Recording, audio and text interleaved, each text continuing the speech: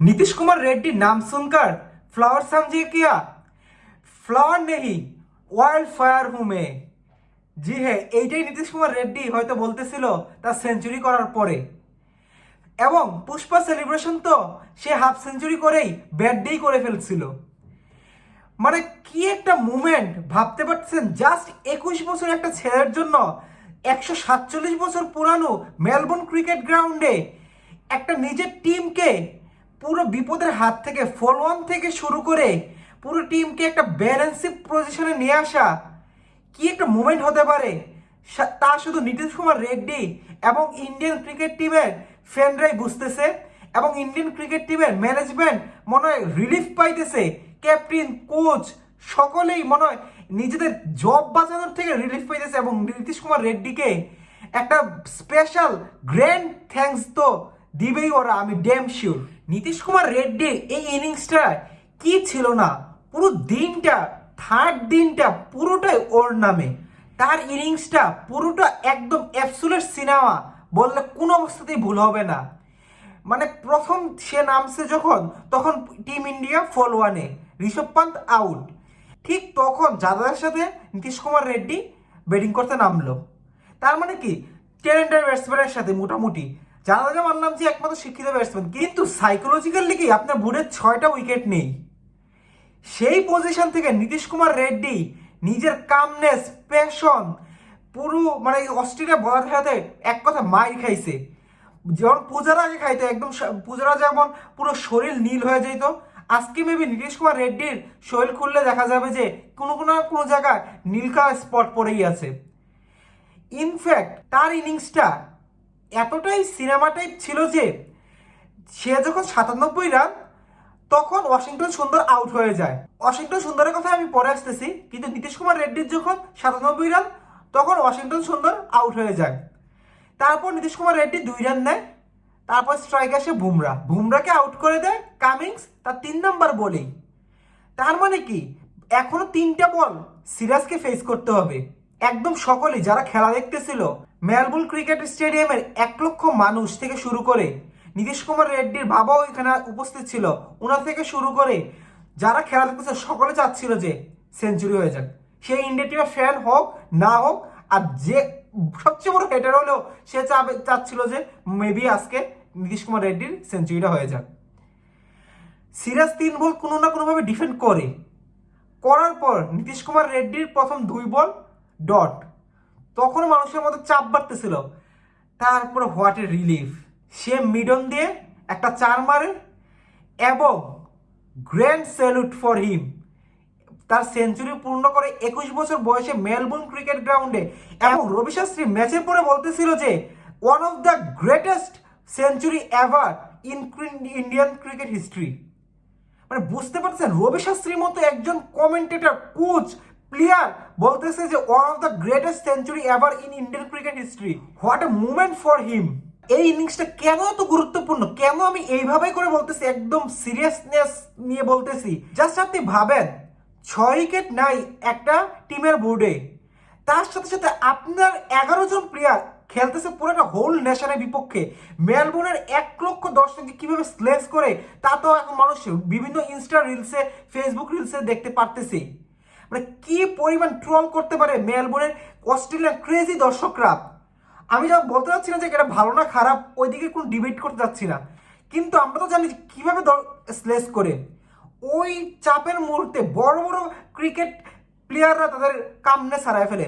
বিরাট কোহলি তো ঝগড়াই বাইদা ফেলতে নিছিল। যেমন কালকে আমি বলতেছিলাম যে পান্ত আজকে 80, 90, 100 করতে পারে। আমি নীতিশ কুমার রেড্ডির দিকে কোনো ফোকাসই দেই নাই, ইনফ্যাক্ট ওয়াশিংটন সুন্দরের দিকেও না। আমি তো আশাই রাখছিলাম যে জাদেজা এবং পান্তের উপরে, যে জাদেজা পান্ত যদি কিছু করতে পারে তাহলেই কিছু একটা হবে ভারতের। কিন্তু না, আই ওয়াজ রং, টোটালি রং। নীতিশ কুমার রেড্ডি এবং ওয়াশিংটন সুন্দর পুরো ম্যাচের সিনারিও পাল্টে দিয়েছে। এখন ইন্ডিয়া চাইলে এখান থেকে জিততেও পারে। মানে আমি গতকালকে টাইটেলটাও এরকম ভাবে দিছিলাম যে ইন্ডিয়ার হাত থেকে ম্যাচ বের হয়ে যাচ্ছে, কিন্তু no, I was completely wrong. And আমি হ্যাপি যে আমি রং। এরকম ইনিংস অলওয়েজ দেখা যায় না। এরকম ইনিংস আপনি আর কয়বার দেখতে পারবেন সেটাও আমরা বলতে পারি না। মানে কি ছিল না এই ইনিংসের মধ্যে, completely one of the finest innings. একমাত্র নীতিশ কুমার রেড্ডির জন্য আজকে থার্ড দিনটা পুরোটা ইন্ডিয়ার নামে, মানে 3টা সেশনই ইন্ডিয়ার নামে, আই গেস মেবি একটা সেশন শেয়ার্ড, মানে আর তো মোটামুটি একটা সেশন তো বৃষ্টির কারণে ভেস্তে গেছি। কিন্তু আপনি যে ওভারঅল পুরো দিনটাকে দেখতেন তাহলে বলবেন যে পুরোটা দিন ইন্ডিয়ার নামে। একমাত্র কার জন্য? ওয়াশিংটন সুন্দর এবং নীতিশ কুমার রেড্ডি, স্পেশালি নীতিশ কুমার রেড্ডির জন্য। আমি একদমই বাড়িয়ে বাড়িয়ে কিছু বলতেছি না, আমি যা বলতেছি তা হয়তো কম। যদি আপনি ইন্ডিয়ান ক্রিকেট ফ্যানদের যারা মেলবোর্ন ক্রিকেট গ্রাউন্ডে উপস্থিত ছিল ওদের ইমোশনটা দেখতেন যে নীতিশ কুমার রেড্ডি সেঞ্চুরি করার পরে, তাহলে আপনি বুঝতে পারতেন যে আমি কেন এগুলো বলতেছি। নীতিশ কুমার রেড্ডির বাবাকে বারবার দেখাচ্ছিল, কিন্তু আশেপাশে তো বাবার সাথে সাথে আরো মানে দর্শকরা ছিল, ওদের ইমোশন।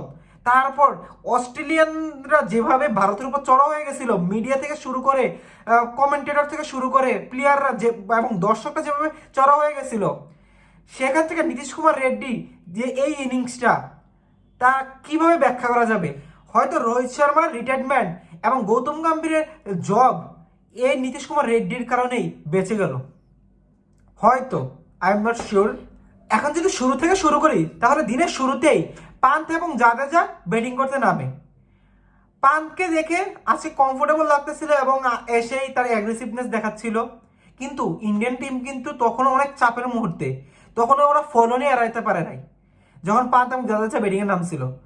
তারপরে পান্থ যেভাবে আউট হলো তা হয়েছে খুবই মানে পোর ব্যাটিং, মানে পান্থ কিভাবে এটা করতে পারে? সুনীল গাভাস্কারের কমেন্ট্রি যদি আপনি দেখেন বা শুনে থাকেন, রিলসের মাধ্যমে যদি দেখেন, তাহলে বুঝবেন যে আসলে এটা পুর ব্যাটিং ছিল। মানে ইন্ডিয়া এতটা প্রেসারে এবং তোমাদের এখন ফলন শেষ হয় নাই। অস্ট্রেলিয়া কিন্তু চাচ্ছিল যে পান্থ তার অ্যাজ ইউজুয়াল শট যেটা থার্ড ম্যান দিয়ে খেলে ওই দিক দিয়ে খেলো, এবং পিছন দিয়ে যে শটগুলো খেলে ওইগুলো খেলো, এবং অস্ট্রেলিয়া বোলিংও এভাবে ফিল্ড সেট আপ ট্র্যাপ এভাবেই করছিল অস্ট্রেলিয়া। এবং তুমি ওই মোমেন্টে টেস্ট খেলতেছো, নট টি20, it's not your natural game. গাভাস্কারও সেম কথাই বলছিল যে not your natural game, that was because of এই মোমেন্টে এসব শটের কোনো মাইনেই রাখে না, যেখানে এর আগের শটটাই একদমই ব্লান্ডার ছিল, পেটে লেগে একদম তুমি ব্যথাও পাইছিলা।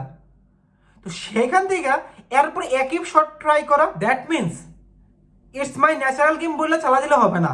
কারণ হচ্ছে সবার আগে তোমার টিম প্রেসারে, তার মানে তোমার কাম হয়ে দেখে শুনে আস্তে ধীরে খেলতে হবে।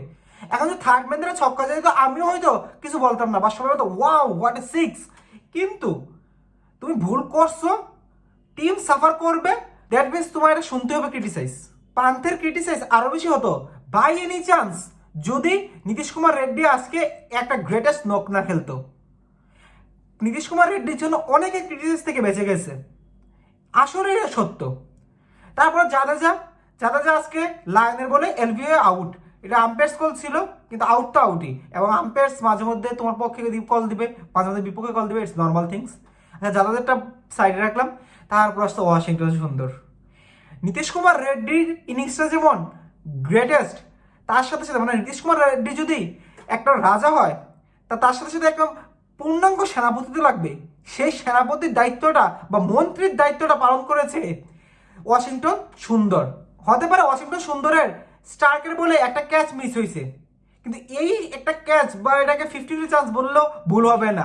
ওই একটা ক্যাচ বাদে ওয়াশিংটন সুন্দরের পুরো ইনিংসে কোনো ভুল ছিল না, একদম পারফেক্টলি একটা যোগ্য সেনাপতির মতো সঙ্গ দিয়েছে নীতিশ কুমার রেড্ডিকে। তাও আবার 162টা বল খেলে 50 রান করেছে, যে কি ডিফেন্সিভ মাইন্ডসেটে খেলছে ভাই। রোহিত একটু দেখো, কোহলি একটু দেখো, কি ডিফেন্সিভ মাইন্ডসেটে। কোহলিকে দেখানো বা রোহিতকে দেখানো আমার দরকার নাই, আমরাও জানি সেটা, কিন্তু ওরা টিমের ঊর্ধ্বে হয়ে যায় নাই। ছোটোর থেকেও শেখা যায়, বড়োর থেকেও শেখা যায়, সবার থেকে শেখা যায়। যেহেতু ভুল করতেছে ওরাও ওয়াশিংটন সুন্দর নীতিশ কুমার রেড্ডির ইনিংসগুলো দেখা উচিত খুবই ভালো করে মন দিয়ে। শুধু জাস্ট ক্ল্যাপ করলেই আর মানে লাফালাফি করলেই ড্রেসিং রুমে বসে মানে দেশের জন্য প্রাণ এসে যায় না। দেশের জন্য কিছু করতে হয়, তাহলেই মানুষ মনে রাখবে। সব জায়গায় একটা কথা, যে কিভাবে শুরু করছো ওটা মেইন কথা না, কিভাবে শেষ হয়েছে ওইটাই মেইন কথা। তো রোহিত এবং বিরাট কোহলিও আমি চাই যে একটা ভালো শেষ তারা দেখে যায়, এইটাই প্রত্যেকটা ক্রিকেট ফ্যানের, নট ইন্ডিয়ান ফ্যানের কথা বলতেছি, প্রত্যেকটা ক্রিকেট ফ্যানের চাওয়া যে রোহিত এবং বিরাট কোহলি এরকম লিজেন্ড প্লেয়ারদের একটা ভালোভাবে শেষ দেখে যাওয়া। এখনো ইন্ডিয়া 116 রানে পিছিয়ে আছে। এখন দেখা যাক নীতিশ কুমার রেড্ডি কতটুকু ইনিংসটাকে বড় করতে পারে চতুর্থ দিনে। যদি আর 50-60 রানে অ্যাড করে তাহলে ইন্ডিয়া একটা ব্যালেন্সিং পজিশনে চলে যাবে, আর না হলে তো অস্ট্রেলিয়া এখনো একটু উপরেই আছে ওদের থেকে। মাইন্ডসেটে ইন্ডিয়া অনেক আগে গেছে নীতিশ কুমার রেড্ডির জন্য, কিন্তু বুড়ে তো এখনো ওরা একটু হলে পিছিয়ে আছে অস্ট্রেলিয়া থেকে ইন্ডিয়া। তো নীতিশ কুমার রেড্ডি 105 রানে নট আউট, 176 বল খেলে, এবং তার ইনিংসে দেখে আমার মনে হচ্ছিল যে পূজারাও মেবি ব্যাটিং করতে নামছে মানে তার হয়ে, মানে এরকম একটা ফিল হচ্ছিল আমার। কেন জানি আমার মনে হচ্ছে যে বারবার পূজারার কথা, কারণ পূজারা এইভাবে একদম দেখে শুনে ওয়াশিংটন সুন্দরকে দেখে এবং নীতিশ কুমারের দুজনকে দেখে আমার পূজারা এবং রাহানির কথা মনে করতেছিল। হয়তো আজকেই ইন্ডিয়া কি হবে অবস্থা এটা ডিসাইড হয়ে যেত যদি বৃষ্টি না আসতো লাস্টে দিয়ে, বা ব্যাড লাইটের কারণে যদি ম্যাচটা অফ হয়ে না যেত। তো কালকে দেখা যাক প্রথম সেশনে কি করে নীতিশ কুমার রেড্ডি এবং সিরাজ কত রান অ্যাড করতে পারে বুড়ে। আমি তো চাই যে আরো কিছু রান অ্যাড করুক, ম্যাচটাকে আরো জমিয়ে তুলুক, এবং অস্ট্রেলিয়া একটা টাফ ফাইট দেখ ইন্ডিয়াকে। আজকে যেমন ওরা যে ব্লান্ডারগুলো করেছিল, মানে যেভাবে একটা মানে নীতিশ কুমার রেড্ডির এবং ওয়াশিংটন সুন্দরের ব্যাটিং দেখে যেভাবে ওরা হাল ছেড়ে দিয়েছিল, কতক্ষণ মার্শকে আনে, কতক্ষণ লায়নকে আনে, মানে বোলিং এর একদম উল্টাপাল্টা সিচুয়েশন হয়ে গেছিল অস্ট্রেলিয়ায়। তো ওই সিচুয়েশন থেকে ওভারকাম করে এসে কালকে একটু ভালো করে খেলো, এবং স্টার্কের ব্যাক পেনে ব্যথা হচ্ছিল ওইটাও দেখা যাচ্ছিল। এখন স্টার্ক কি ফুললি কালকে ফিট হয়ে আবার বোলিং করতে পারবে কিনা আল্লাহ জানে। আশা করি পারুক এবং ম্যাচটা আরো জমে উঠুক। মানে টেস্ট যে মেলবোর্নে দেখার মজাই আলাদা, ঘরে থেকে দেখে, টিভি পর্দায় দেখে। আর যারা ক্রিকেট দেখেন না বা টেস্ট দেখেন না, প্লিজ আপনারাও দেখেন যে কতটুকু মজা টেস্ট, তা রিয়েলাইজ করতে পারবেন। যারা ক্রিকেটকে ভালোবাসেন, ক্রিকেটটাকে এভাবে বাঁচিয়ে রাখতে হবে। আপনি আমি দেখলেই ক্রিকেটটা বেঁচে থাকবে, নাহলে ক্রিকেট শেষ। যতই মানে আপনার ইয়া থাকুক, ক্রিকেটের ব্যাপারে আপডেট রাখবেন সবসময়, এই আশা করে আজকে শেষ করতেছি। ইন্ডিয়া 358 রানে 9 উইকেট, পুরো দিনটাই ইন্ডিয়ার নামে, তাই অস্ট্রেলিয়ার জন্য কিছু বললাম না। বা অস্ট্রেলিয়া বোলিং পুরো বোলিং ছিল, এক সাইড ভালো করলে আরেক সাইড খারাপ করবে, এইটাই রুলস ক্রিকেট ফুটবল যে কোনো দিকের খেলাই। তো দ্যাটস ওয়াই হোপসো কালকে একটা টাফ ফাইট হবে between Australia and India. That's it for today. Thanks for watching, guys.